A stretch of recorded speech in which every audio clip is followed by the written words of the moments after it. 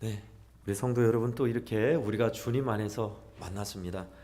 하나님의 은혜 안에서 만났는데요. 옆에 계신 우리 성도하고 인사로서 교제할까요? 참 잘 오셨습니다. 축복합니다 하고 인사하실까요? 참 잘 오셨습니다. 사랑하고 축복합니다.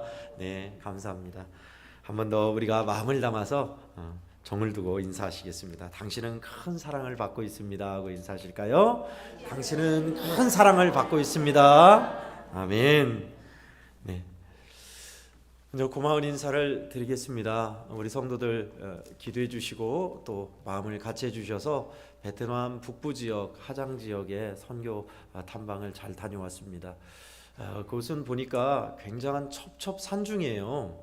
우리가 베트남 하면 아마존의 밀림을 생각하고 그 뜨거운 날씨 생각하는데 아닙니다. 정반대였습니다. 거기는 베트남이 길게 남북으로 길게 돼 있는데 북쪽 최북단을 다녀왔습니다.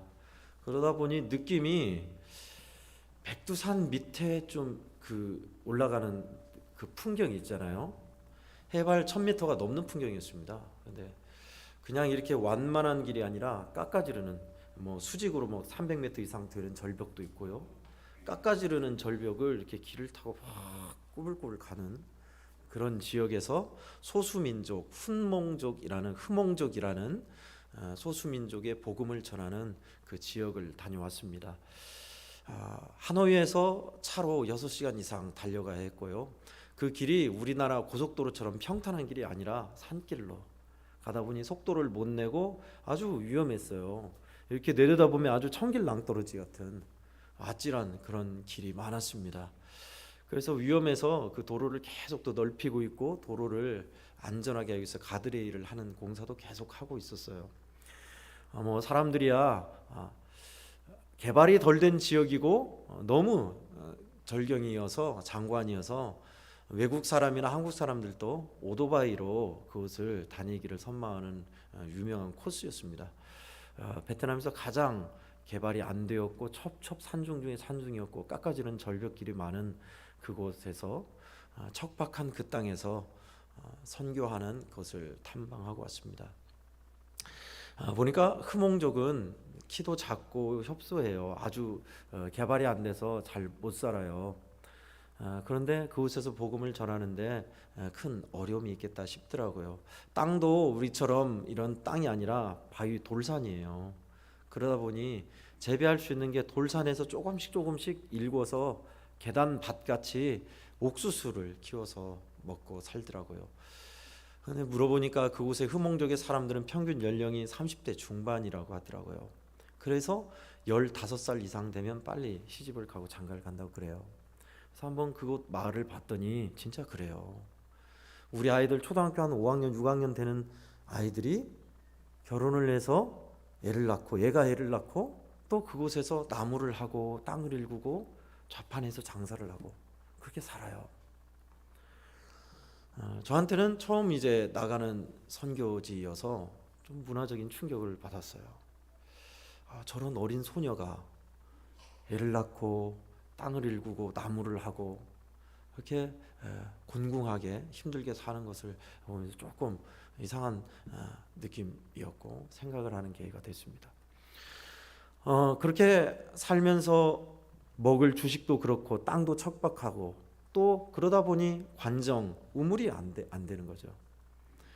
집도 여러 군데 나뉘어 있어요. 우리처럼 마을로 모여 사는 게 아니라 첩첩산중에 멀리 떨어진 집에 척박한 땅에 먹을 것도 없고 그래서 비가 오면 빗물을 받아다가 그걸 먹고 산대요. 빗물에 석회석 성분이 있어서 가라앉으면 위를 떠먹으니 위생상 안 좋고 그래서 당연히 수명이 짧을 수밖에 없다고 선교사님이 그러시더라고요. 그런 곳에서 또 복음이 전파되는구나 라는 것을 보고 왔습니다. 선교 사역에 대한 마인드가 저한테는 없어요. 사실 국내 사역이나 교회 사역에 대한 꿈이 있지 선교 사역은 저한테는 크게 없습니다. 그래서 고생하시는 선교사님 후방에서 지원하는 지원군 역할이 저희 사명이라고 여겨왔고 그대로 살아왔습니다. 또 그렇게 선교 사역지는 많이 안 나가봤어요. 이번이 처음이에요.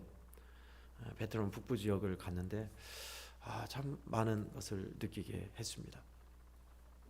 그곳에 선교를 하는 선교사님을 만나서 첫날부터 이제 끝날까지 동행하셨는데 김승봉 선교사님이 이야기를 하시더라고요. 어떻게 선교사가 됐는지. 공부를 잘하신 것 같아요. 목포 출신인데 국문과, 제가 좋아하는 국문과를 다녔고 사범대를 다녔대요. 그래서 교사 되려고 했고 또 자기가 맘먹기를 은혜 받고 중국 선교를 하려고 중국의 언어를 익혔고 현지인과 대화할 정도까지 해놨대요. 중국 선교를 하려고. 그런데 베트남 쪽에서 대학에서 이제 한국어를 가르치는 교수가 필요하다 하는데 자기가 어떻게 사범대를 다니니까 한국어 또 국문과잖아요. 다니까 자기가 어떻게 가게 됐대요.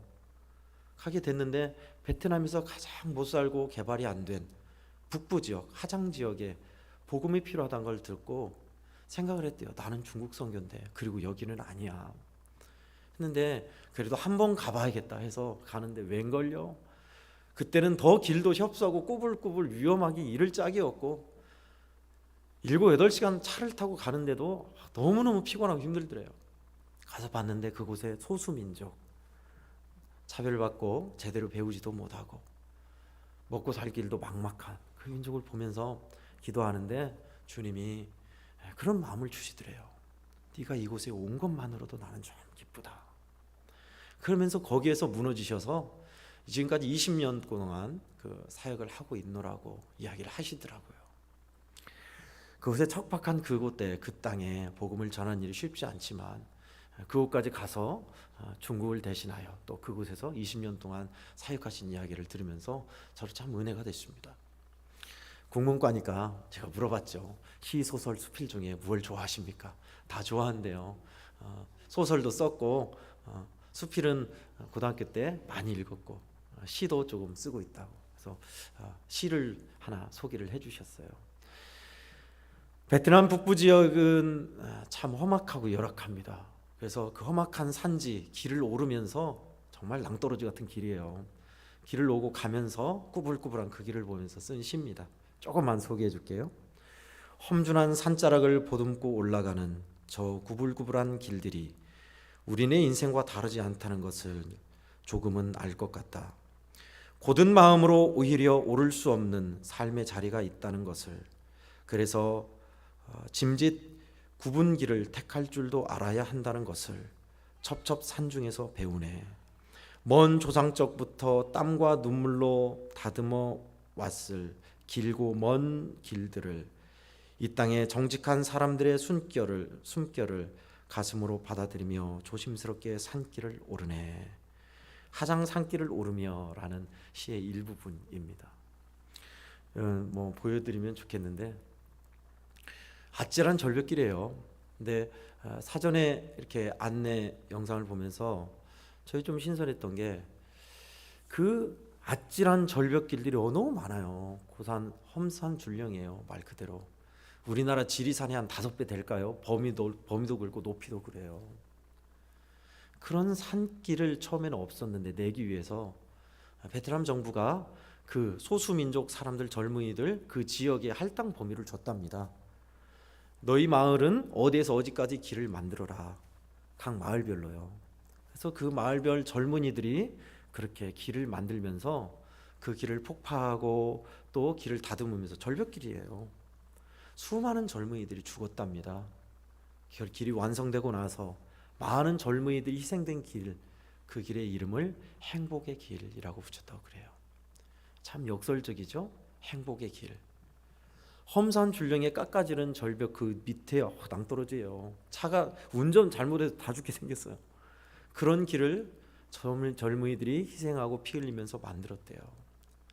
그 길을 걸으면서 쓴 시예요. 여러분, 어느 거나 시초에는 그 길을 닦아야 합니다.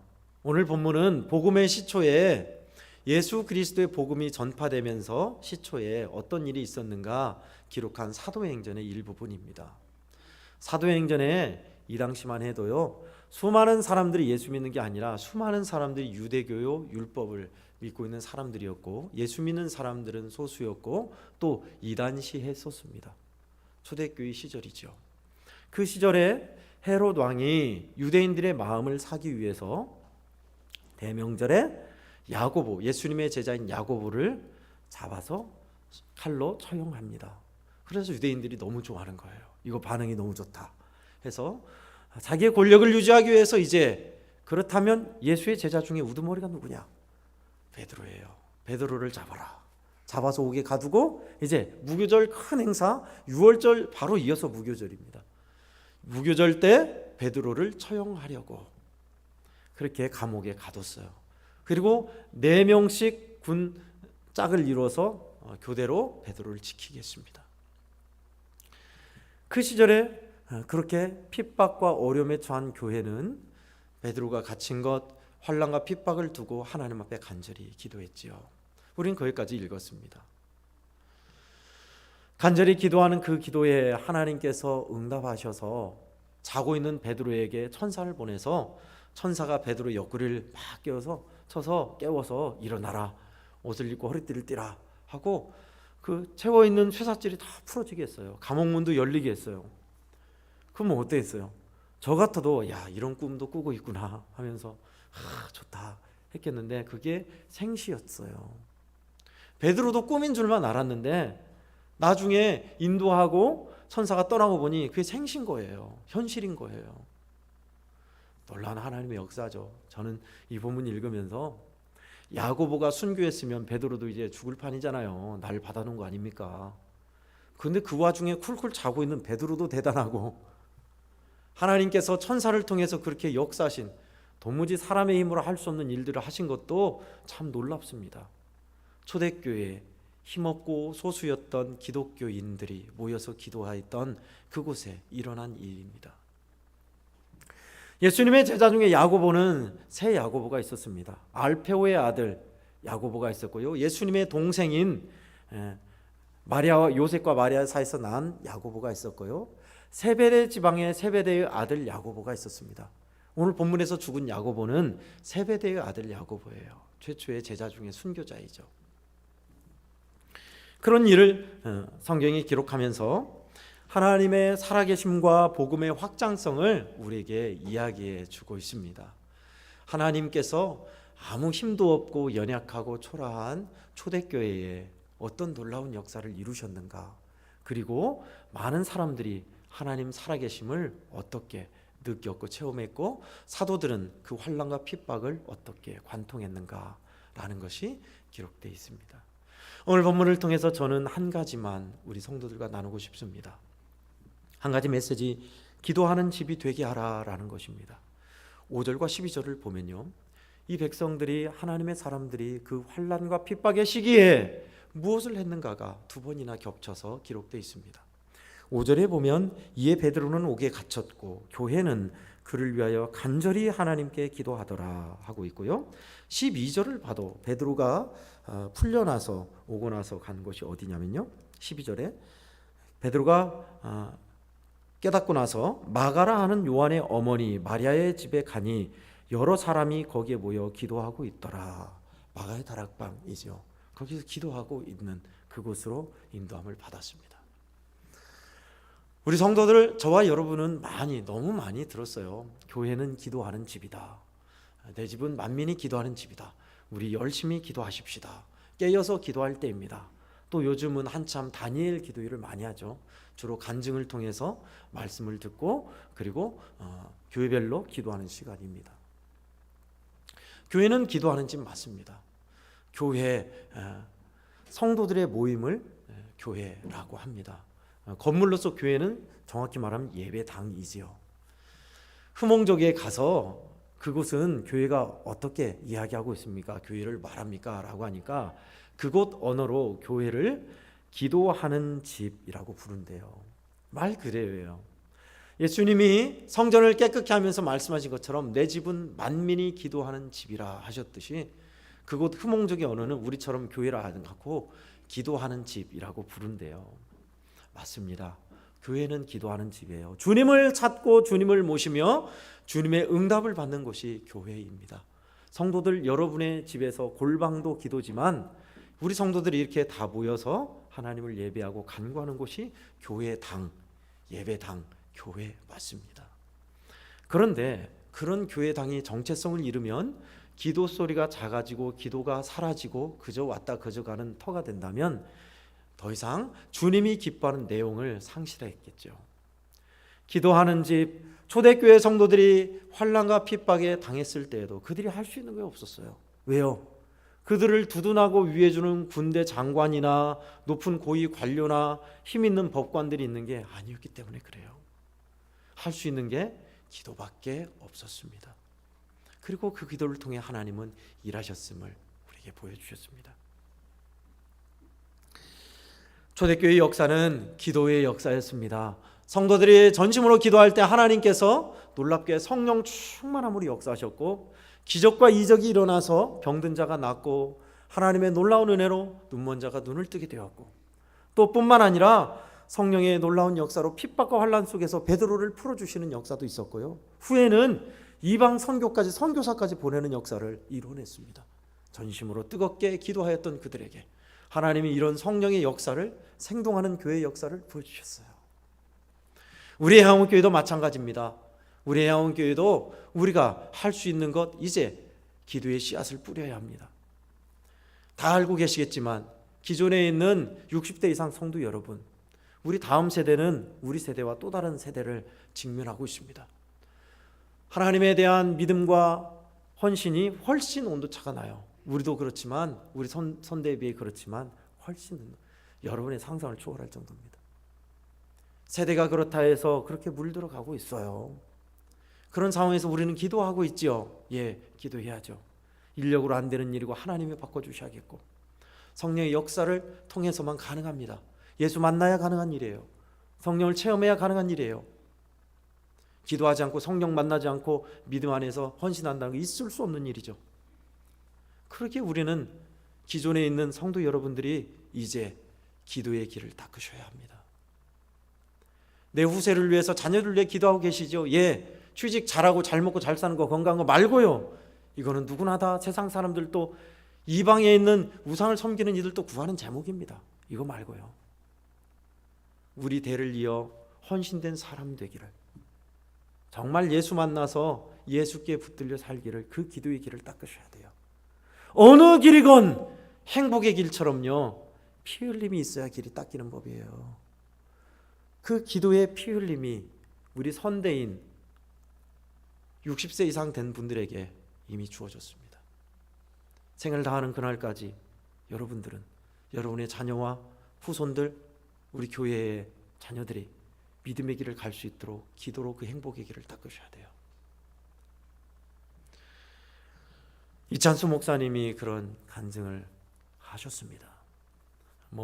분당 우리 교회에서 아주 큰 목회를 하시죠. 또 뜻깊게 교회를 나눠서 몇천 명씩 교회를 다 분배해서 교파에 따라서 하지 않고 목사님들을 세워서 다 교회를 흩었습니다. 그 작업을 하고 있어요. 큰 교회에 훌륭한 목회를 하는데 그 얘기를 하시더라고요. 목사님이 부모님이에요. 부모님 목사님인데 부모님이 개척교회를 하면서 그렇게 어려움을 많이 당했대요. 50명 정도 개척을 하면 그렇게 성도들이 힘들게 해서 떠나야 했고 눈물로, 또 50명쯤 개척을 하면 또 그곳에서도 힘들게 하고 어렵게 해서 눈물로 또 떠나야 했고 네 번이나 그랬대요. 목회에 성공한 것도 아니고 빚도 못 받고 맨날 그렇게 겨우겨우 이제 개척교회 50명 정도 만들어 놓으면 그렇게 힘들고 어려워서 또 떠나야 했던, 그렇게 목회를 마치신 거예요. 눈물로 매번 그렇게 교회를 섬기면서 눈물로 떠나야 했던 그 부모님을 생각하면서 내가 지금 이렇게 목회하고 있는 것은, 나는 부모님보다 열심히 안 했는데도 이렇게 수많은 성도들에게 말씀을 전해 목회하는 것은 그 부모님의 눈물의 기도, 그 씨앗이 있었기 때문이다라는 이야기를 하였어요. 여러분 마찬가지입니다. 우리도 우리 선조 때 우리 부모들이 자식 잘 되기를 간절히 기도하셨죠. 네, 저 인정해요. 뿐만 아니라 믿음 안에서 사셨던 그 기도로서 길을 닦아놓은 겁니다. 이제 우리 후대에 그 길을 닦아줘야 돼요. 우리 후대란 50대 이하입니다. 자라는 자녀들 마찬가지고요. 그 기도를 닦으셔야 돼요. 야고보의 순교와 제자들의 고난, 어려움에 처한 현실, 기도로 돌파하면서 복음의 길을 그렇게 닦아놨었습니다. 초대교회는 그렇게 복음의 길을 닦았어요. 할 수 있는 게 기도밖에 없었습니다. 기도로 길을 닦았던 사람들, 애양원의 미래는 여기에 있습니다. 하나님 의지하고 주님께서 우리 후대에 믿음을 주시고 참으로 하나님의 말씀에 순종 잘하며 헌신하여 주를 더욱 사랑하는 사람들, 기도하면 이렇게 베드로를 풀어주시고 놀랍게 역사해 주시고 모든 것을 해결해 주셨는데 우리는 기도하는데 왜 안 되죠? 기도한다고 하나님이 고통을 제하거나 하루아침에 응답하지 않습니다. 오히려 더 현실은 어려워질 수도 있어요. 여러분, 그러나 우리가 할 수 있는 일은 끝까지 하나님 앞에 기도하며 의지하며 그 기도로 길을 닦는 일입니다. 우리 애양원교회는 앞으로도 그러겠지만 더 큰 이제 변화를 앞두고 있습니다. 왜요? 기존에 계신 헌신된 분들 연세가 많이 드셔서 이제 새벽기도 나오기 힘들 지경에 이르렀고, 또한 새롭게 임직한 분들은 그 뒤를 잇지 못하고 있습니다. 따라가지 못하고 있어요. 젊은이들 마찬가지입니다. 그러면 어떻게 될까요? 교회는 기존에 힘 있는 사람들은 연만하여 사라져가고 새로 치고 일할 사람은 없고 풀을 보듯 뻔한 거죠. 어떻게 해야 할까요? 기도로 길을 닦으셔야 돼요. 정책 당일을 앞두고 기도 주간을 다녀옵니다. 오늘 예배를 드리고 월요일 날 기도원에 가서 정책 당일을 위해서 기도하려 합니다. 성도들 여러분께서도 같이 기도해 주십시오. 헌신된 믿음의 사람을 세워야 할 일들을 앞두고 있고, 우리 애양원교회는 구조조정이 필요해요.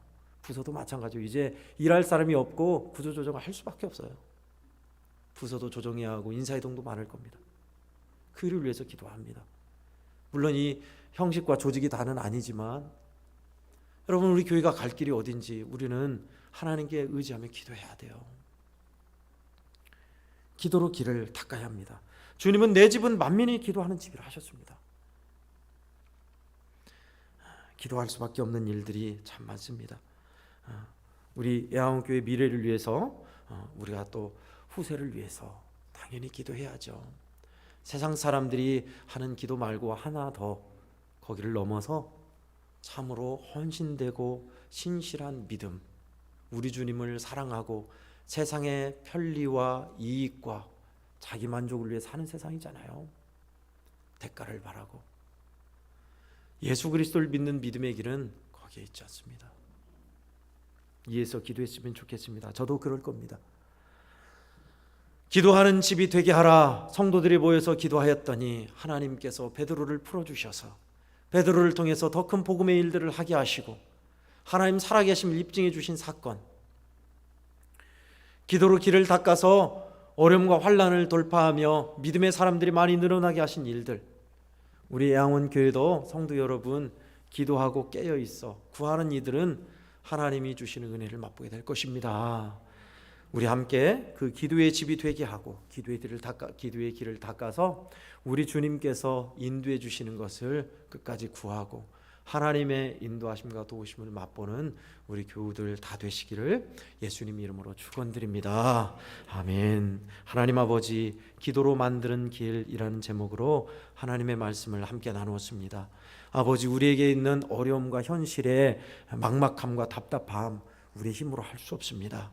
기도한다 해서 하나님께서 당장 이 고통을 없애주시고 해결해 주신 것도 아니지만 우리로 하여금 할 수 있는 일이 주님 의지하며 주의 뜻을 구하는 일밖에 없사오니 주여 우리에게 힘 주시어서 기도하는 집, 기도하는 성도, 기도로 길을 닦는 사람들 되게 해 주시옵소서. 우리 주님의 은혜를 맛보고 주의 일하심을 굳게 믿고 기도하는 이들마다 성령과 은혜로 충만하게 채워주셔서 하나님의 살아계심, 우리와 함께 하시는 주님을 눈으로 보게 하여 주옵소서. 예수님의 이름으로 기도하옵나이다.